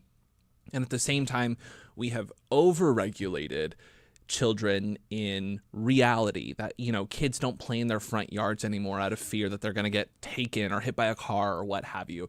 And so it's this weird dichotomy of we have restricted them in the real world while letting them have free reign in the virtual world to do whatever they want. That's created what he calls this anxious generation. It's a really fascinating book. And so when you were asking what sort of motivates people to, or teens and children to do this sort of thing, that's what comes to mind, is this idea of almost like agency of I'm part of this anxious generation, and here's a thing that I get to do on my own terms as an adult. By no means am I defending it, justifying it, anything like that. But I think that that's part of the psychology of where it's coming from, is this idea of agency and ownership and rebellion from the status quo, shall we say. Jen from Clear Lake texts in to say, if you want these takeovers to end, organize some really boring adults to attend. There's nothing young people want to avoid as much as boring old people. I think that's funny. Another thing that's piping up over in the YouTube chat is Noah Espinoza says, the violence is what makes me sad. I'm all for the gatherings, but gosh dang, what's up with these guns? That is a big concern of it, I think, is the shooting of the guns. Mm-hmm. Because I don't remember where I was seeing that, you shoot a gun up in the air, that bullet's coming down still, even if you don't aim it at anyone. Sure. And there can be problems from that as well. Chef Rob says, herd mentalities, all teens suffer from this. Yeah. I was there. I was peer pressure and wanting to seem cool, to your point about, or to Jen from Clear Lake's point about having boring adults do stuff that, my mind immediately went to the 6'7" trend that, I saw my little cousin doing 6'7" all the time. And then as soon as it started being adults doing it, I haven't seen anyone do it in a long time because it's passe. Get those boring adults involved. Brandon Arnold says, like Ernie said, he had the mall. This generation's third space has become social media. There you go. So we used to gather with people together. I was thinking about that not that long ago, about how you stay in touch. And when you were kids, you called on the phone or you went over to their house. Yep. And that's the only way you could connect with them. And if somebody was on the phone at the house, you couldn't use the phone, Yep. And now it's such a different world in the way people socialize. And we have Jerry Calloway says, thinking of Harvey Milk and needing a place to focus the energy of teens to do something with why they are doing a teen takeover. I guess, I see what they're saying. Okay. Yeah. Mm-hmm. You need some place to be. Kids need to be together, I guess, and this is there. But it bothers me. If the teen takeover is just a bunch of kids want to meet in a park and they just want to be outrageous because there's a whole bunch of them there all of a sudden, I don't really have a problem with it. It's when the violence gets into it. Yeah. That's when we've got to monitor this a little bit better. Yeah. Okay, we want to hear what you think. 713-440-8870.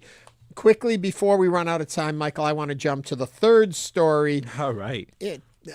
Fearless leader had a birthday party. President Trump celebrated his 80th birthday with a UFC cage fight at home at the White House. The UFC mixed martial arts event went ahead on the south lawn of the White House last night, despite the threat of thunderstorms. The UFC Freedom 250 fights began with Trump and UFC CEO Dana White walking a red carpet from the White House to the Octagon before the two took their places cage side among the 4,300 spectators for the invite-only event. Also in the crowd to take in these 7 fights were Meta CEO Mark Zuckerberg, Paramount Skydance CEO David Ellison, and our own Texas podcaster Joe Rogan. What are your thoughts on the UFC fight? Did you watch? Let us know what you think and what you make of the idea of a cage fight on the White House lawn. 713-440-8870. Ernie, you look like you have thoughts. I was holding that exasperated exhale. breath until you got done with the phone number there. We talked about this last week a little bit, and I'm trying to put myself in the mindset. Everyone knows I love to follow Eurovision. If it was a Eurovision event on the White House lawn, would I have been okay with it? I appreciate the nuance. Right. Is it because it's not something I follow and love? Is that a reason I have a problem with it? Right. If it was something that I embrace, would I suddenly have been like, yeah, the White House is a great place to have it? No, I don't think I would have. I think that there's something, and I don't mean the term as literally as it sounds, but sacred about the White House. It is a part of who we are as a people, as a country, and to have turned it into an event space to such a great degree. I mean, what bothered me more than even the fight happening on the grounds was the footage and the shots of the fighters in like the Roosevelt room or the cabinet room in their fight attire and like air fighting, standing there. In the White House rooms, in treaty rooms, in rooms where our policy as a nation takes place, to be reduced as a backdrop for a TV event bothered me. I can't get around it. Yes, I know that in, it was the banquet room, whatever, in the White House itself, they would have concerts there and Broadway performers come and do it on a stage there. For some reason, I still feel that there's a certain respect in the way it's presented. It's not a free-for-all. It's not violence propagated on the lawn. It's not millions of dollars to erect this claw and stadium on the lawn. It's not a for-profit venture with advertising plastered all over it. The event itself bothered me greatly. Yeah. Did you watch it? I popped in a couple times just so I could talk about it. I know there was somebody in the chat group on Friday who said, Ernie, don't do it. Don't give them credit. And I said I would just watch it on the news.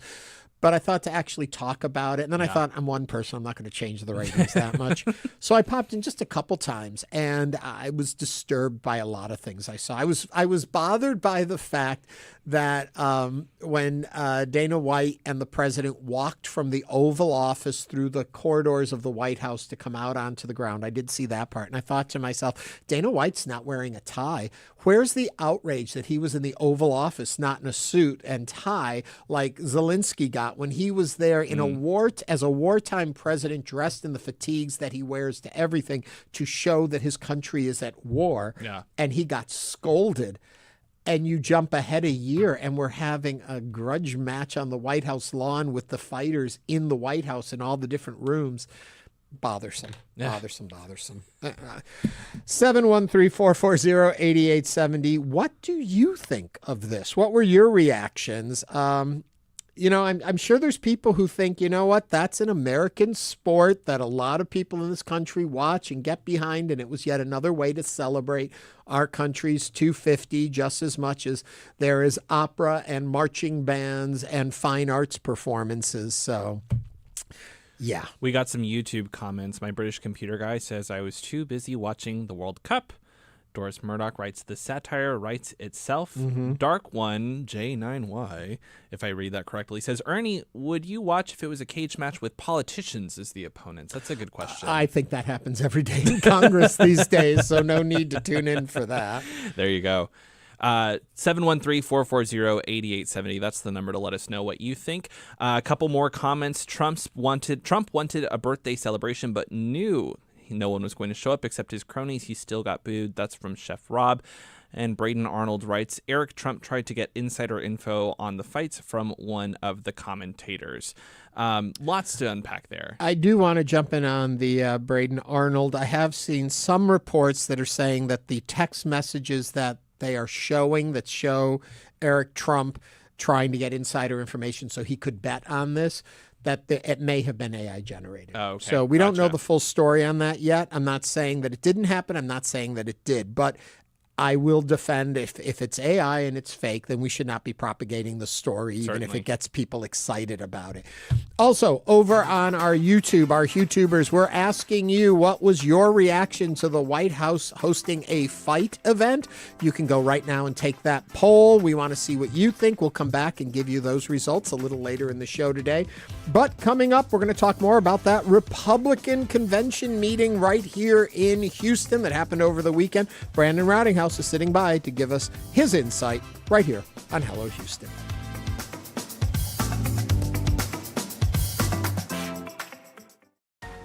We know you value Houston Public Media. That's why you're watching right now. So take the next step and become a new member of the station you rely on. Every gift makes a difference. And what matters most right now is supporting the station that brings you the news and information you rely on. It only takes a minute to make a big difference. So join as a new member today at houstonpublicmedia.org/donate or call 800-364-8300. Support for Houston Public Media comes from listeners like you and from Baylor College of Medicine. Baylor's work centers on advancing health and medicine through research, education, and patient care. Support for Houston Public Media comes from Texas Mutual Insurance Company, a workers' compensation provider that's been caring for hardworking Texans for over 30 years. More at texasmutual.com/expert partner. Support comes from Metro. World Cup planning includes transit improvements intended to serve Houston after the final match. Metro provides bus, rail, and paratransit service and continues mobility enhancements across the region. More at ridemetro.org/Metro now. Support for Houston Public Media comes from Chariot Energy, offering customers electricity plans that match their energy use schedules and lifestyles. All plans come with 100% renewable energy. Details at chariotenergy.com. Arguably the most overlooked public servant, your garbage man. There's something that is wonderful about collecting trash. Something wonderful, I mean, it's kind of a dance, and dance with a lot of pleasure and a lot of competition. A first-hand perspective on collecting garbage and what our trash says about us. That's next time on Think. You can listen to Think. It's on tonight at 11 o'clock. And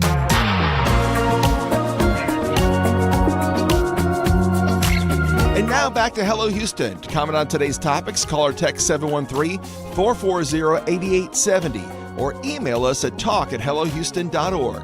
And now Ernie Manouse and guest host Michael Adkison. This past weekend, thousands of Republicans gathered in Houston for the Texas Republican Party Convention of 2026, where party leaders and delegates looked ahead to the upcoming midterm elections. While speakers emphasized unity and shared priorities, the convention also highlighted some ongoing debates and divisions within the party. To help us unpack what happened and what it could mean for November, we are joined by Brandon Rottinghaus, professor of political science at University of Houston and co-host of Party Politics. Brandon, welcome back to Hello Houston. Hey, thanks for having me. Okay, for folks who don't know what this is, explain it, because it's not the conventions we're familiar with on TV during presidential years when they have the big nominating conventions and it's 4 nights of speeches and then they announce their candidate. What is this exactly?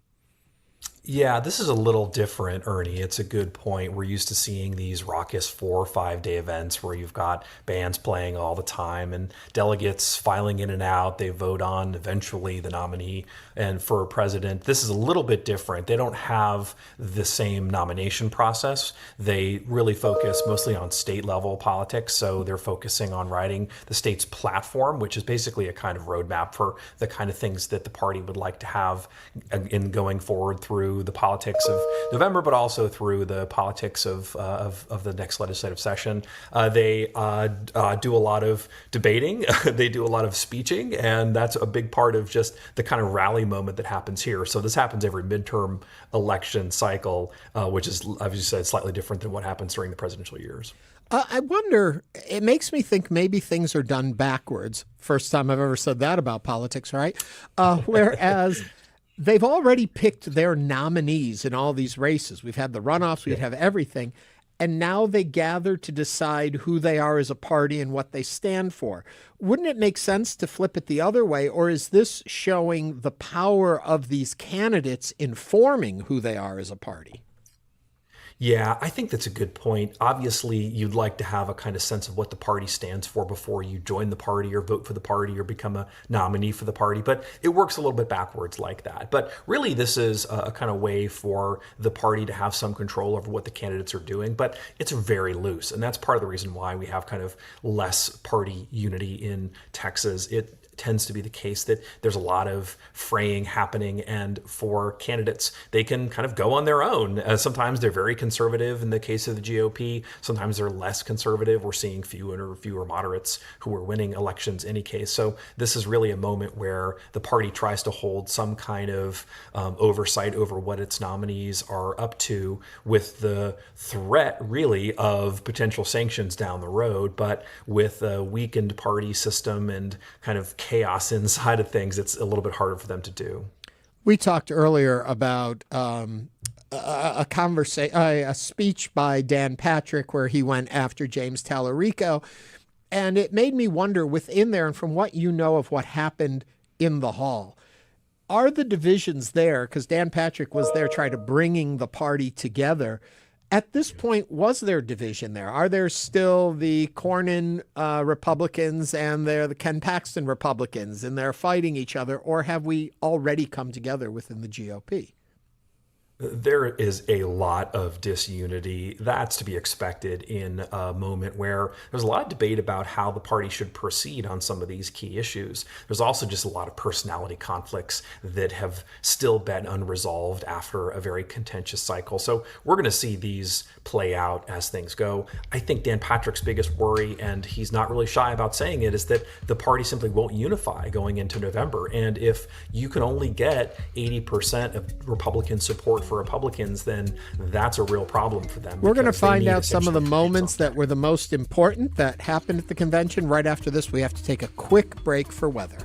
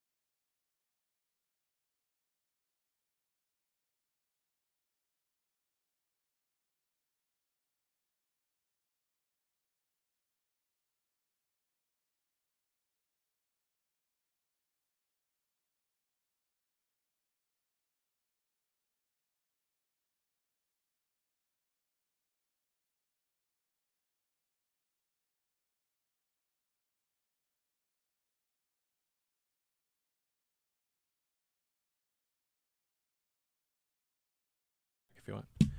We're back with Brandon Rottinghaus we had a weather update that paused our conversation, but we are talking about the 2026 GOP convention.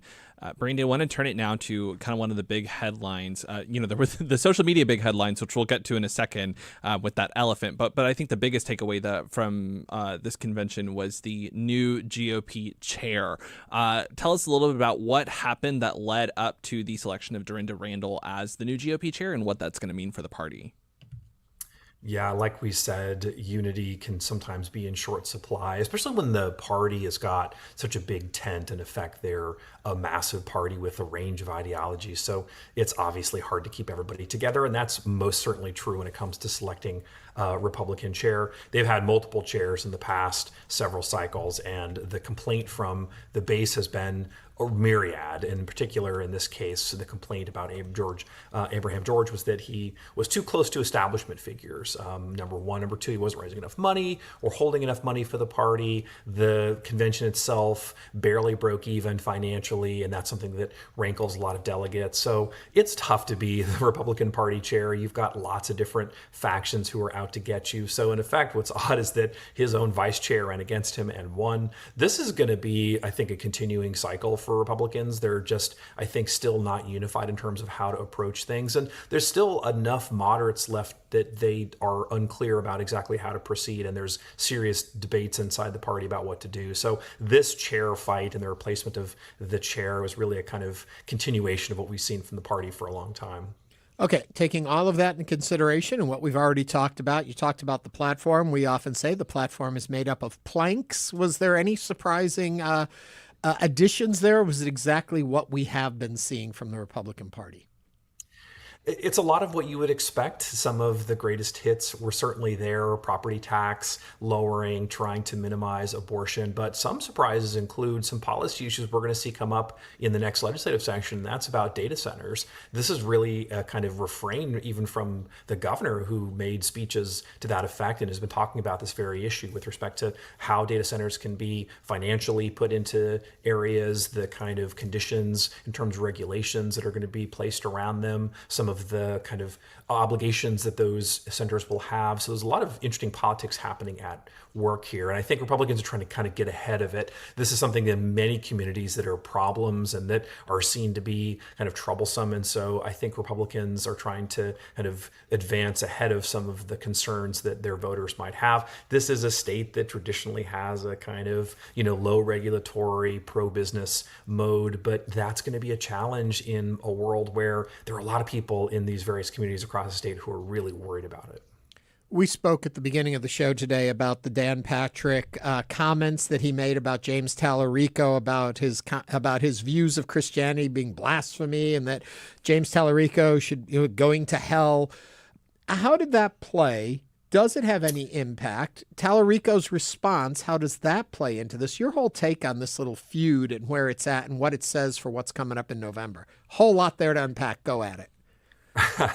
No, for sure. You can definitely expect to see more of the same going into November. This is going to be the muddiest of mud fights. Every rock will be thrown. It'll be pretty nasty because I think, like I mentioned earlier, Dan Patrick is really worried that this is going to be a problem of Republican unity. Polling has got essentially less than unified Republican support behind Ken Paxton. That's a real liability for the party going forward. This is a moment where Republicans are trying to define James Tallarico before he can adequately do it himself. This convention was to some degree a kind of launch point for a lot of that. Delegates are paying some attention, but not full attention. This is a focusing moment for them to be able to get a message that's going to stick. The Patrick specific comments were, I think, in keeping where Republicans want to be in terms of how to describe James Tallarico's theology and his approach to Christianity. They have a different interpretation of those things. And I think you'll see that play out a little bit. But really, to answer your question more specifically, I don't think this is an issue that's going to resonate with most people. Talking about how other candidates should go to hell or will if they continue along these lines are definitely the kinds of comments that we're used to seeing in modern politics, but don't really move the needle, at least for most voters. And just keep in mind that the voters who are going to decide this election are going to be voters who typically don't pay attention to politics. They're going to be people who are leaning moderates, voting with one party in some elections and other parties in other elections. So I think that most people are not going to be kind of swayed by this kind of rhetoric. But I do think that it potentially plays into Tallarico's hands, because to make the case that this is a new wave of politics, that we should be better to each other and focus on the issues that we all care about, may be an opening for him to be able to say, I forgive you for the kind of nasty comments you've made about me, and then move on. I almost see it as, and work through this with me, that it shows the Republicans' hand at this point in fear that the James Tallarico theology campaign that seems to be out there, they view as a threat, and that they have got to jump on it, because that is, from watching the Tallarico campaign, the way he's working his way into either moderates or even into some disgruntled Republicans. So it's showing that is a point they're worried about, so they're trying to crush it now. Is that a way to read it? I think so. There's certainly a worry that they can have some of the kind of ways that Tallarico talks about politics tends to be the kind of more moderate approach to say, that we should be satisfied with our neighbors, should be, kind of willing to work with our neighbors regardless of their race and ideology and all the other things that divide us. I think his message of unity can be told through his values and through his Christianity, but that definitely is not the thing that's going to move people. I don't think that religion by itself will move people. That is, people won't see that he's a religious individual and they'll vote for him accordingly, but his religious views and the way he talks about these things can definitely soften his kind of political edges, and that's something I think you're right, the Republicans are worried about. Yeah, because I can't help but think if they didn't think this was a problem point, they would have beaten on Tallarico on something else. But they took time. They got headlines from this position trying to say to those maybe on the softer side of the Republican Party, hey, listen, don't be swayed by his religion talk. He's the devil in disguise. Come back over to us, kind of play that if it wasn't a threat, they wouldn't even be talking about it. Yeah, I think that's right. And I think that there's an effort here again to kind of make the case that Tallarico isn't who he says he is. That's the way that they'll present him. And they can do that effectively because they've got more money, they've got pole position, and they've got a lot of practice at doing that to Democratic candidates. Brandy, we talked about party unity and how that manifested in this GOP convention. I'm curious what you make of how Republicans talked about and approached the Senate race following the Republican primary that was arguably, the biggest Republican primary perhaps in the state's history.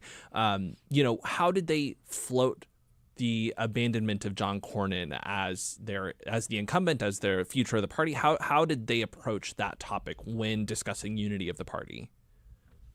Yeah, it's a good question. The way that the Republicans see this is in the following analogy, and that's that iron sharpens iron. Their goal is to get the best nominee that's the most attractive to their voters. That's obviously one strategy that definitely will help to improve base turnout, which this election will most certainly be about. It's a narrow way, though, in some other kind of perspective to see how a candidate can be valuable or valued. And so there's definitely going to be some friction there. There's still internal debate about this. Now, Dan Patrick was very vocal about wanting to support Ken Paxton, and I think every Republican is saying we need to win in November. But there are some who are still disgruntled that John Cornyn got treated the way that he did, and that obviously includes John Cornyn, who said that Republicans are in real danger in November if they proceed as they have been. So there's still a lot of internal dissent about exactly what this all means. But at this moment, despite that kind of division, they have one objective, and that's to win in November. You mentioned that they want to put the best candidate forward. Do you get the sense that Republicans think Ken Paxton is the best candidate?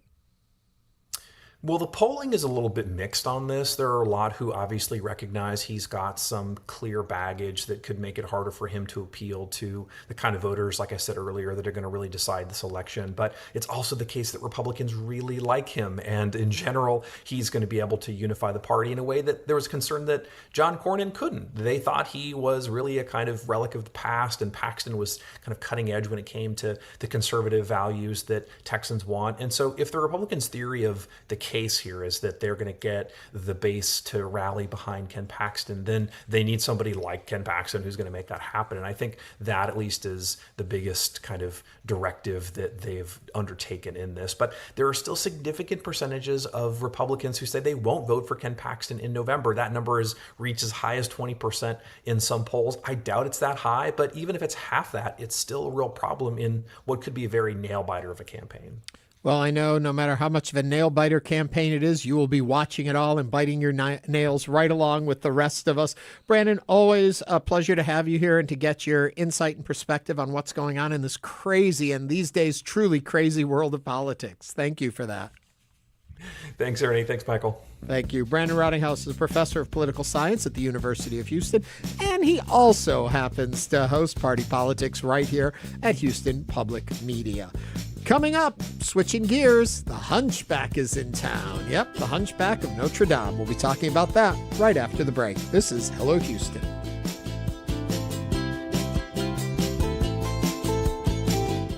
It's not just your car. It's the one that brought your kids home from school, took you cross-country, held memories, laughter, even a few breakdowns. When it's time to let go, give your car a new purpose.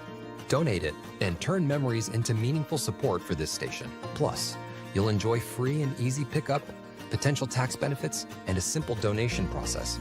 Your gift supports the programs you and your family love. Donate today and help keep public media strong. Call or donate online. It's 7 o'clock. You live in a universe where an octopus can solve puzzles and stars explode in slow motion. Now you can experience it all.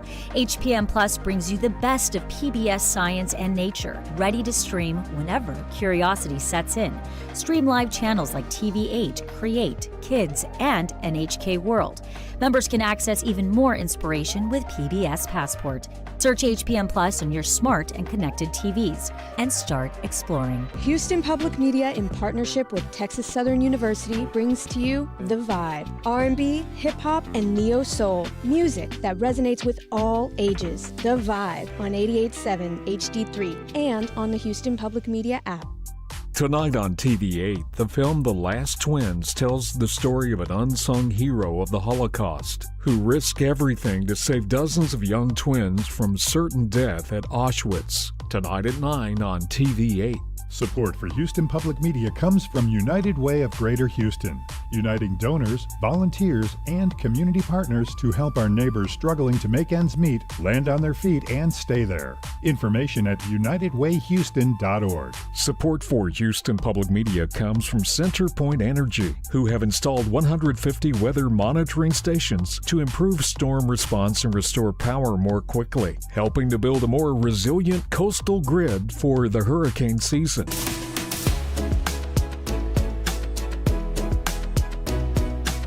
And now back to Hello Houston. To comment on today's topics, call or text 713-440-8870 or email us at talk@hellohouston.org. And now Ernie Manouse and guest host Michael Adkison. Hunchback of Notre Dame is a celebrated 1833 Gothic novel by French author Victor Hugo and has endured over many decades, spawning several adaptations, including a beloved 1996 animated Disney film, which featured a score by legendary composer Alan Menken and songs written by both Menken and lyricist Stephen Schwartz. And now that film is making its way to Houston in the form of a musical, presented by Houston Broadway Theater, that will bring the Menken and Schwartz songs to life on stage starting tomorrow. And to tell us more about the production of The Hunchback of Notre Dame, we're joined by Tice Green, who is the president and founder of Houston Broadway Theater. Tice, good to see you again, my friend. Hey there, how's it going? It is going well. You are bringing The Hunchback of Notre Dame to Houston. My question for you is, this show has kind of had starts and stops, popped up, gotten quiet again, back in the zeitgeist. What draws you to this musical, and why is it right for opening your season this summer? Well, first of all, it's a beautiful, beautiful score. And you're right, it is not done very often. It had a, it had its debut in at La Jolla in California, and then at Paper Mill Playhouse. And they sort of tried to do a Broadway tryout of it. and it never actually made its way to Broadway. It's a big show. There's a lot of people in it. There's a lot of elements in it. It's a 17-person cast, but there's also a 30-person choir. There's a 21-piece orchestra. It's a lot of people. So there's a reason why people don't do it. And also then you have the challenge of like actually building Paris on stage and changing scenes and stuff. And so anyway, all of that's to say is that when we decided to do it, we wanted to be very more interpretive with it. So it is really the audience really has to use their imagination in our production. You know, one of the things I'm really excited about is we have the orchestra actually on stage. So they're actually up on a platform and you can see them. And anybody that's familiar with New York City knows that over the last several years, there's been a really popular trend of putting the orchestra on stage in productions, but it's not something that I have seen in Houston. And so I thought that would be a cool element to incorporate. And quite honestly, it helps us to fill some space and not have to build all of Notre Dame on stage. So it's a lot of video, it's a lot of projections. But you know, we really wanted to try to go interpretive with it, and the space is actually quite intimate. I mean, you know, the Wortham, the Cullen, which is we're at, is the smaller of the two spaces, and it's 1,000 seats, but the stage is actually quite small, so it's surprisingly intimate. So people actually get a real nice close-up view. So yeah. Well, you're lucky in this production in that you get to use material people are familiar with and an iconic story, but because the history of the show has not been such that's burned into people's memories, it gives you a freedom to recreate and reinterpret and bring something fresh to the stage, which I think is really exciting. Yeah, definitely. And if I'm not stepping out of line to say this, you've made it a bit sexier than maybe the cartoon might look. We internally, this sort of happened accidentally, but we call it sexy hunchback. It was not the intention. I think the reason for that is because the costume design especially is very editorial. And again, it's just one of those things, like when you put a show together, I mean, sometimes you don't really know what it's going to look like until you get there. And also, you know, dare I say that we have, you know, an attractive cast. And I think when you put an attractive cast on stage, you know, they look good, and there's that. But I mean, on a more serious note, I think the director certainly, you know, his MO was to kind of make a more broader commentary about how people view what beauty is and what a monster is. And it's very interesting. Like, if you know, the show is very different than the movie. There's a lot of, it's not a little bit, it's much closer to the novel, which is much darker, and things happen in the novel that don't happen in the movie. And one of the things that or a few of the things that happen throughout the script are the commentary on, specifically like with Quasimodo, what he looks like. And a lot of it is really based on what Frollo, who is, you know, the archdeacon of the church, tells him that he looks like. And I think the director really took that in an interpretive way and has made it so that it's like, oh, does he actually look like that? Or is that somebody trying to control them, you know? And what does that say about the church? And what does that say about religion in the show? You know, I will just share a little secret, which I don't think is a secret because we have it out on Instagram. But you know, I play Quasimodo in the show, and one of the big interpretive things that we're doing with the show is that he doesn't have a physical hump. So it's a lot of like making shapes and a lot of like, again, it's very interpretive. But I have this huge stained glass tattoo on my back that is really meant to be like, in lieu of the deformity of the hump, it's meant to be sort of the deformity of what happens when religion is so oppressive that you're actually kept captive. So if that sort of gives you an idea of how the entire show is, it's all very interpretive like that. Yeah. I want to go a little bit about your organization and talk a little bit about Houston Broadway Theater. For people who get this confused with Broadway in Houston, you are your guys' own organization. You've picked Houston as your home. You're the folks who brought us American Psycho. I think, was that just last summer? Talk a little bit about the organization, who you are. Yeah, absolutely. So yeah, I mean, we're brand new. This is only our third production, and we produce in the summer. We started in 2024, And really, like, what I wanted to do was a couple things. One, there's not a lot of theater that happens in the summer in Houston. And so part of it was to fill that gap. I grew up in Houston, and when I was younger and kind of first starting out in Houston, there were so many summer shows and activities and stuff, like with theater, that I participated in, and so many kind of, I would say, like small to medium sized theater companies that existed in the summertime, and just for one reason or another, they all kind of went away. So it just sort of made me go like, maybe we can resurrect that. And then also just trying to bring titles that the other theater companies don't do, whether they're the big ones or the really small theater companies. I think we're really trying to just fill the gap with programming, stuff that you wouldn't see unless you went to New York or you went to London. Mm-hmm. I'm curious, Tice, you talk about the interpretation of this production. I've seen the billboard and I see the Disney logo and I'm like, oh, they're bringing the Hunchback, the movie that I know. I'm curious of how much you interpreted the movie itself, how much you based the production on the movie itself versus how much of this was just like, no, let's start from the ground up and do our own telling of such a classic novel. Yeah, that's a good question. I think we're still trying to figure it out. No, hurry up! You open tomorrow. I know.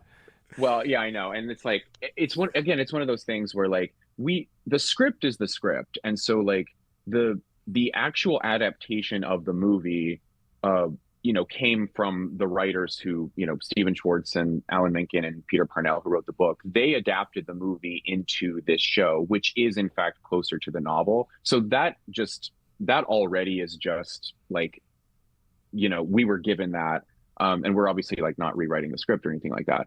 I think for us, it's mostly about the differences between the movie and the show are. Well, I don't want to give it away, but it's just like some things happen that I think, the Disney movie doesn't take quite as far because Sure. it's still like kid appropriate, but I think they just push it a little bit farther. And again, it pushes it a little bit scarier.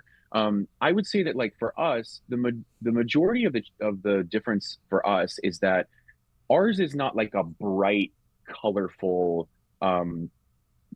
it's not the like, it's not Disney-fied. Jazz hands Hunchback. Yeah, exactly. And but I think we're trying to really play this dichotomy of like, what are you coming in with? What's that? And there's even a director's note in the program that we have for this purpose, which kind of talks about like, if you know the movie, you're coming in with this idea, and part of those ideas you're going to get, and then you're going to also see something different for reasons that are just because that's what the script is, and also because of what we're doing. So, but I would just say, I think it's the elements, like it's the costumes, it's the set design, that they just sort of lean a little bit more gothic, basically. Yeah. So it all just kind of looks a little darker. From seeing your other work, the production values are always there. If you're going for entertainment this summer, I guarantee you will be entertained. You also have falsettos coming next, right? Yes. You'll have to come back and talk about that as the music plays us out. Okay, Tice, thank you. Always good to see you. Thanks, y'all. Hunchback of Notre Dame will run in Houston starting tomorrow, June 16th through July 5th at the Wortham Center. For more, visit HoustonBroadwayTheater.org. That brings us to the end of the show. Michael, thank you. Thank so you. much for Always a making pleasure. Another wonderful Monday with Michael on the show. We'll be back tomorrow. We're going to be discussing relocating the Space Shuttle Discovery to Houston and so much more. See y'all tomorrow on Hello Houston. Thanks for listening to Hello Houston. Join us every Monday through Friday from 11 a.m. to 1 p.m. to talk all things Houston. The Hello Houston production team includes Garrett Bowman, William Menjivar, Jen Altide, Todd Holslander, and Jim Kovacic.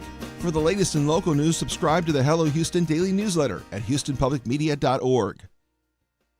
I'm Michael Schaefer. My partner Ellen and I have been proud supporters of public radio and TV for decades. Now's the time to step up. Give now at HoustonPublicMedia.org Or call 888-909-0887. Your NPR station, KUHF Houston, News 88.7, a service of the University of Houston.